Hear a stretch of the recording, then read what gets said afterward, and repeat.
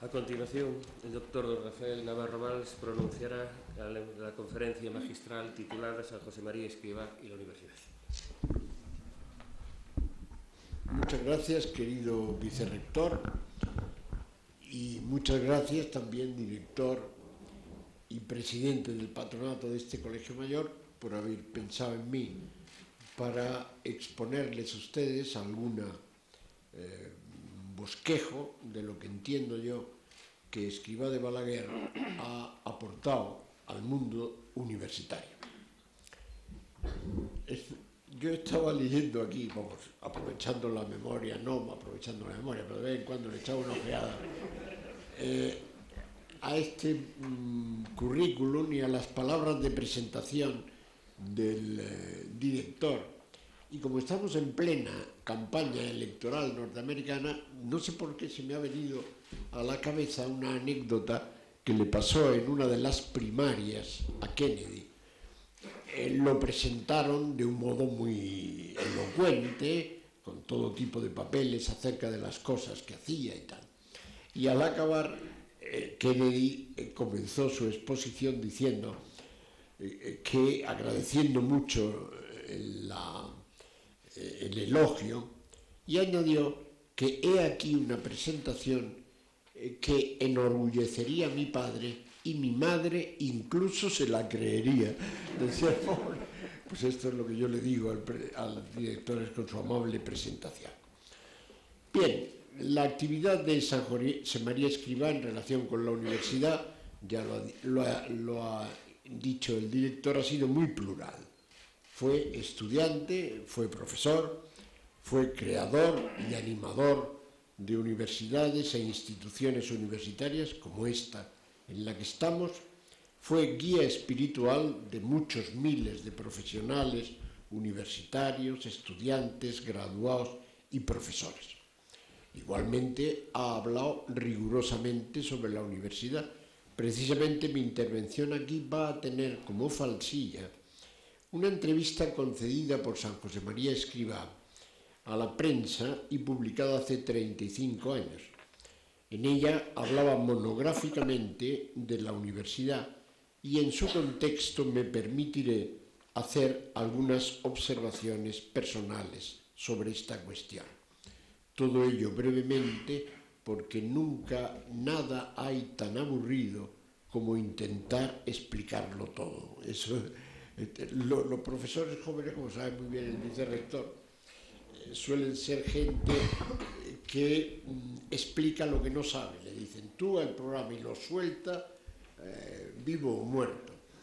El profesor menos joven explica solo lo que sabe, pero el profesor ya maduro explica solo lo que es útil. Voy a intentar hacer esto.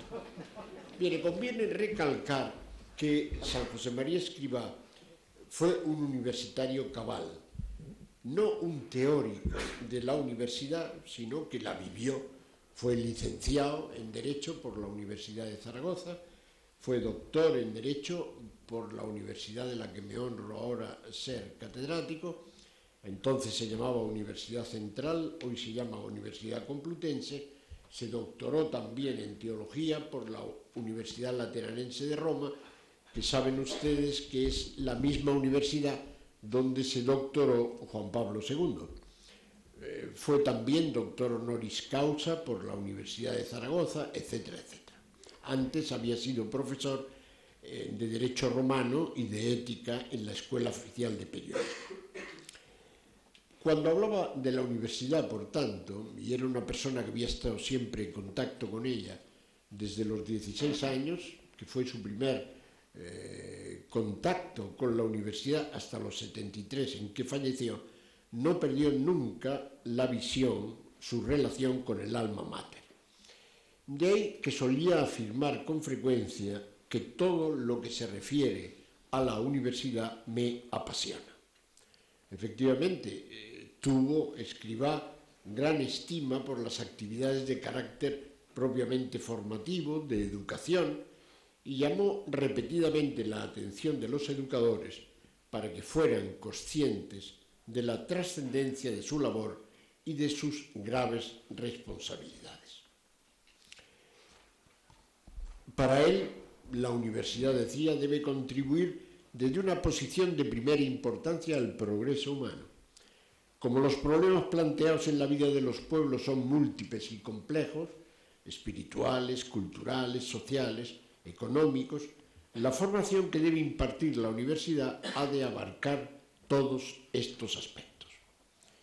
Y a mí me parece, ciertamente, que hoy día se podría decir algo parecido, porque hoy día existen en realidad como dos universidades. Una que el italiano Mario Lozano llama la Universidad de Bronx-Ford, una universidad que dice perseguir la excelencia del campus oxoniense, pero con métodos y miserias de los bajos fondos neoyorquinos, por eso el nombre de Bronx-Ford. Una universidad que malévolamente se ha dividido como un conjunto de departamentos unidos por una red de calefacción.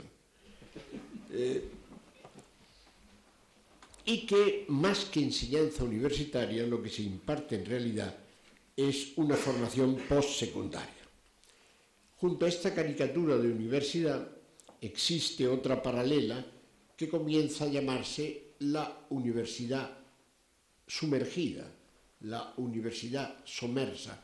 Hablando en italiano, acabo de venir de Italia y me recordaba en la Sapienza un graffiti que apareció de un universitario en italiano, yo lo voy a traducir al castellano, que decía, debía ser un mes de septiembre de estos locos para los pobres universitarios, decía: la sabiduría me persigue, pero yo soy más rápido.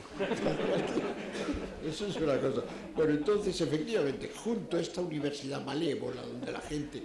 está la universidad sumergida, una universidad en la que una minoría de profesores se toma en serio su labor y a cuyo encuentro salen algunos alumnos que trabajan al margen de papeletas y de examen.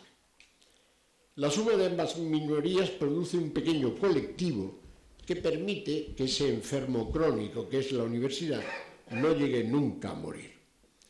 De lo que se trataría, y eso aparece evidente en la enseñanza de San José María Escrivá, es de intentar transfundir de esa universidad minoritaria a aquella inquietante de Bronx-Ford sangre arterial nueva, principalmente potenciando aquellos rasgos éticos que enmarcan la filosofía o la fisonomía de lo que debe ser un profesor universitario y que me voy a permitir hacer algunas reflexiones sobre ella.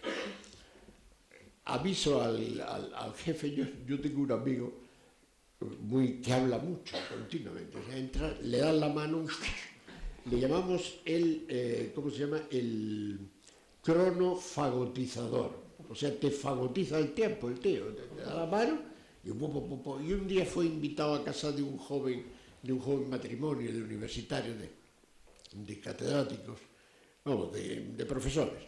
Y desde que entró por la puerta el tío empezó a hablar y hablar y hablar. Era un jueves, un día en que la chica au pair había salido y la niña de 4 años comía con el cronofagotizador y con sus padres. Y a mitad de la comida se oyó un sollozo de la niña que dijo: mamá, que se calle ese señor. Pues esto pueden hacer ustedes conmigo si me excedo. ¿Cuál es una de las misiones más importantes del profesor universitario hacia el alumno? Pues yo creo que es la siguiente: despertar primero su atención, luego su confianza y finalmente incluso su fervor.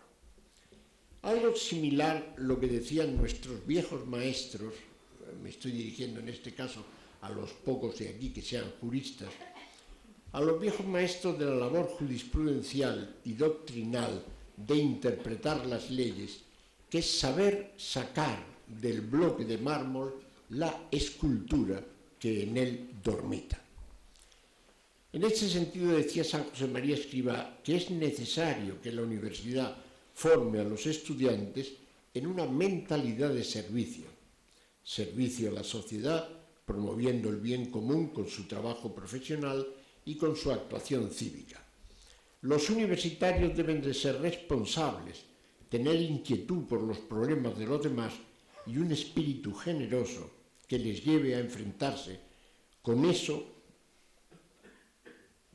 problemas y procurar encontrar la mejor solución.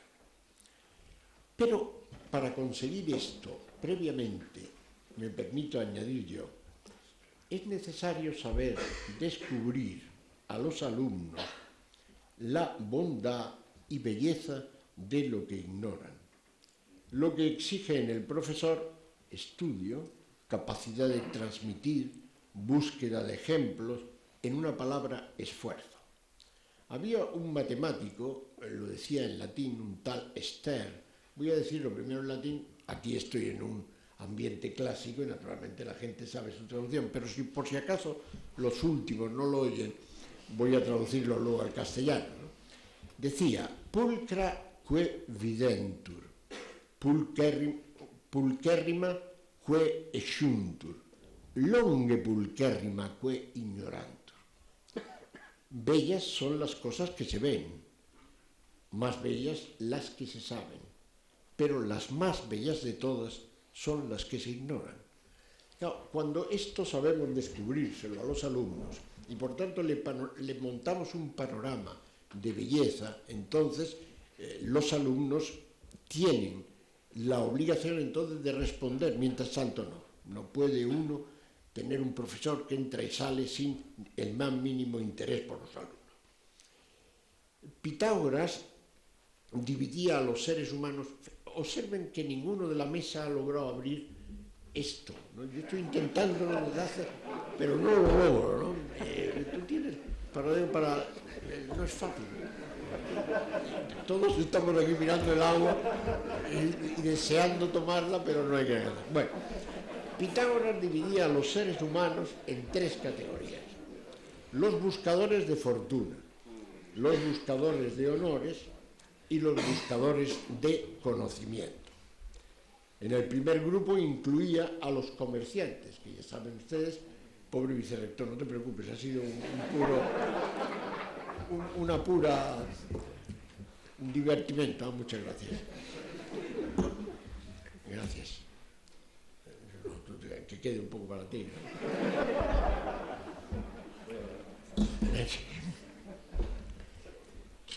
Y en los comerciantes, que como saben ustedes acampaban en la llanura que separaba Elis de Elea.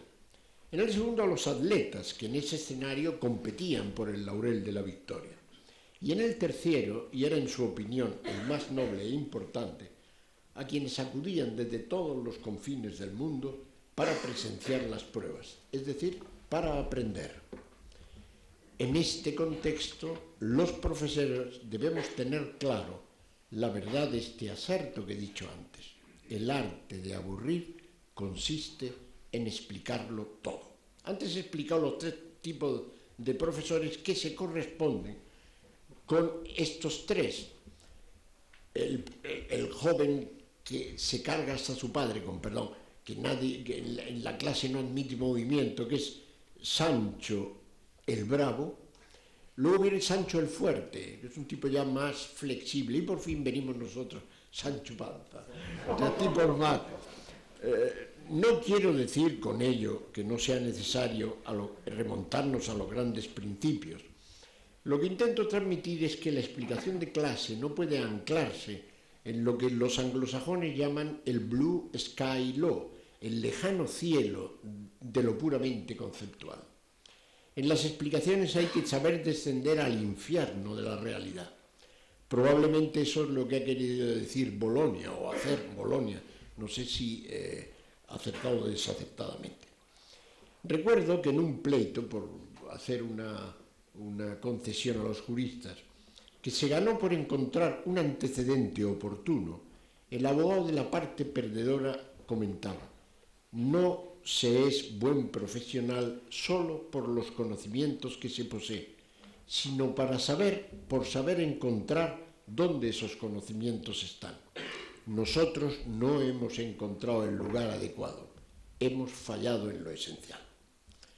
Permitidme ahora un recuerdo personal. yo conocí en el año 1963, aunque soy un teenager todavía, pero vamos, a San José María Escrivá. Y recuerdo que en un encuentro con él nos hablaba de la alegría de rectificar. Decía que no podemos ser como el agua de los ríos que no puede volverse atrás. Y este tema nos lleva a una importante cuestión de deontología docente, que es la de la humildad intelectual. Como se sabe, el sueldo de un profesor de universidad, y ahora más, es exiguo. Alguien dijo que la universidad da para comer, pero lo que no da es para cenar. Pero bueno, sin embargo, entre las muchas compensaciones que le retienen en la universidad a todos nosotros, está una que parece poca cosa, pero en realidad es importante. No hay ningún profesional en el mundo que pueda diariamente dirigirse a un auditorio de 100 o más personas durante una hora transmitiéndole sus puntos de vista sobre cuestiones importantes. Obsérvese la prontitud con que escritores, políticos, empresarios, jueces aceptan invitaciones para impartir conferencias en nuestros campus o en nuestras residencias. En todo caso, ellos están habituados a que su círculo de atención sean pocos y cuando llegan a casa su mujer, es lo único que le pueden hablar. Y dice, por eso decía en ocasiones, entonces, la capacidad del profesor de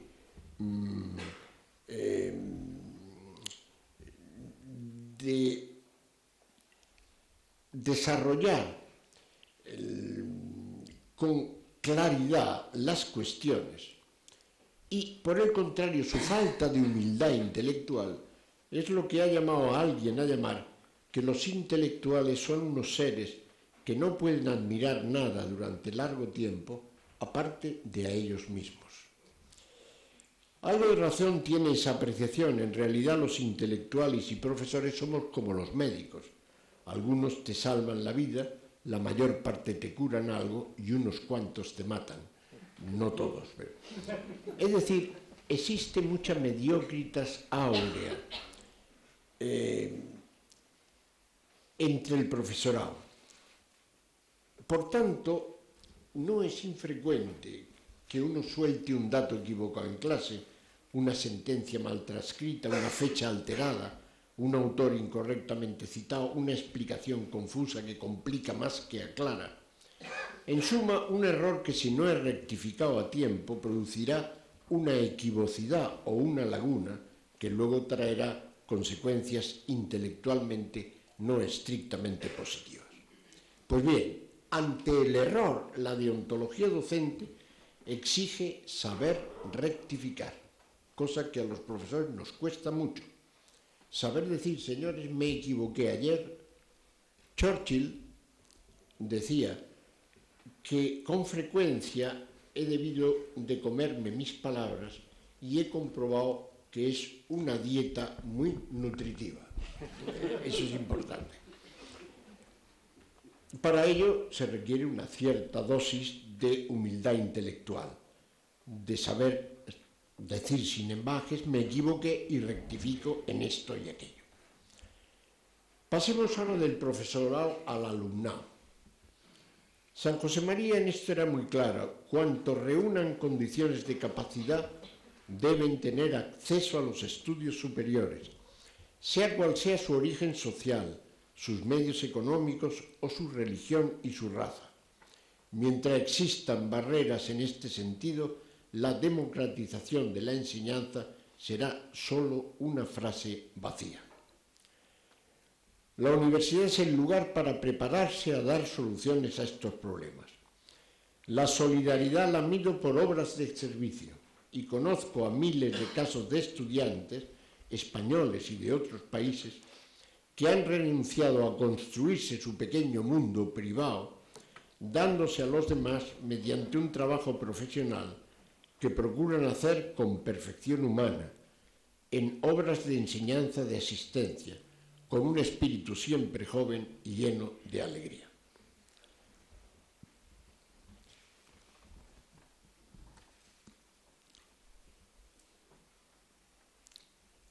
Con esto entramos en el tema, dado que ya le hemos dado algunos varapalos a los profesores, vamos a entrarle ahora a los alumnos, ¿no? Porque es el segundo. Aquí no debemos olvidar que desgraciadamente la negligencia y la mediocridad no es exclusiva del estamento docente. También en el alumno tiende a sustituirse el amor al saber por el amor a saber a qué atenerse. Yo me acuerdo que cuando empieza el curso, suelo darle una clase, modestamente una clase brillante, explicando la disciplina, la gente mira fijamente, pero en el momento en que al acabar digo, bueno, y los exámenes, los manuales, al saber a qué atenerse.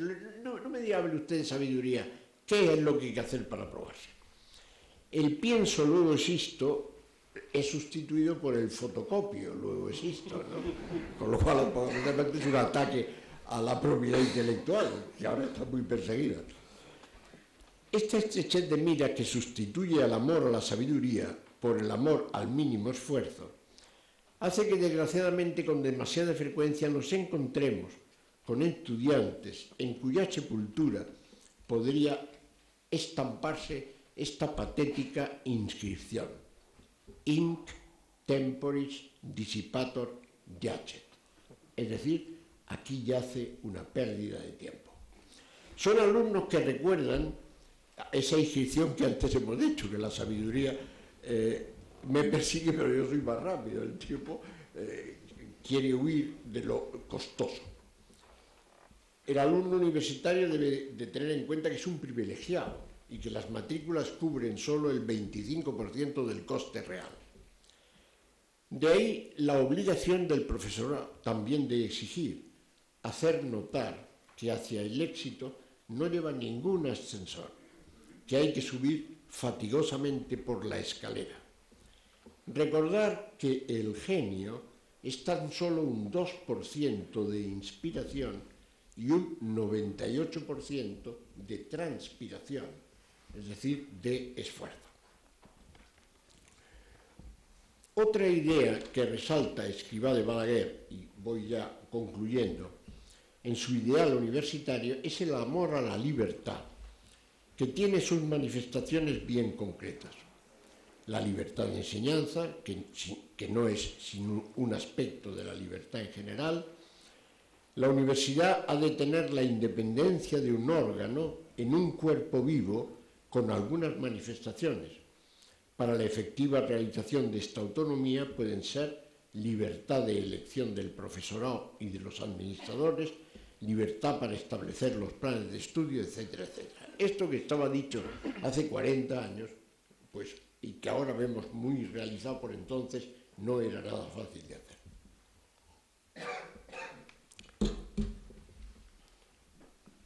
Aquí hacía yo una referencia a otras cuestiones, como son las peleas entre escuelas en la universidad, que voy a hacerles gracia a ustedes de ellas. Hacer gracia no es hacer. Hacer gracia es una expresión que utilizamos los juristas para decir, les voy a excusar de escucharme en este punto. He hablado del amor de Escrivá a la universidad, y ahora he de precisar que ese amor se refería a todas las universidades en general, y por ello muy principalmente a las establecidas, organizadas y mantenidas por el Estado. La forma más expresiva de ese afecto por las universidades estatales se manifestó muy pronto en la constante creación de residencias y colegios mayores, con cuya actividad se venía a completar la labor educativa de esos centros oficiales. Como ha dicho Álvaro Dors, un catedrático distinguido de esta universidad, lo fue. No se trataba de discriminar instituciones por su diferente estatuto, sino antes bien de abrir para toda la sociedad y en concreto para los centros universitarios ya existentes nuevas vías de progreso en la condición espiritual y moral del estudio universitario en los futuros profesionales. Y por fin, una referencia, dado que es lo que aquí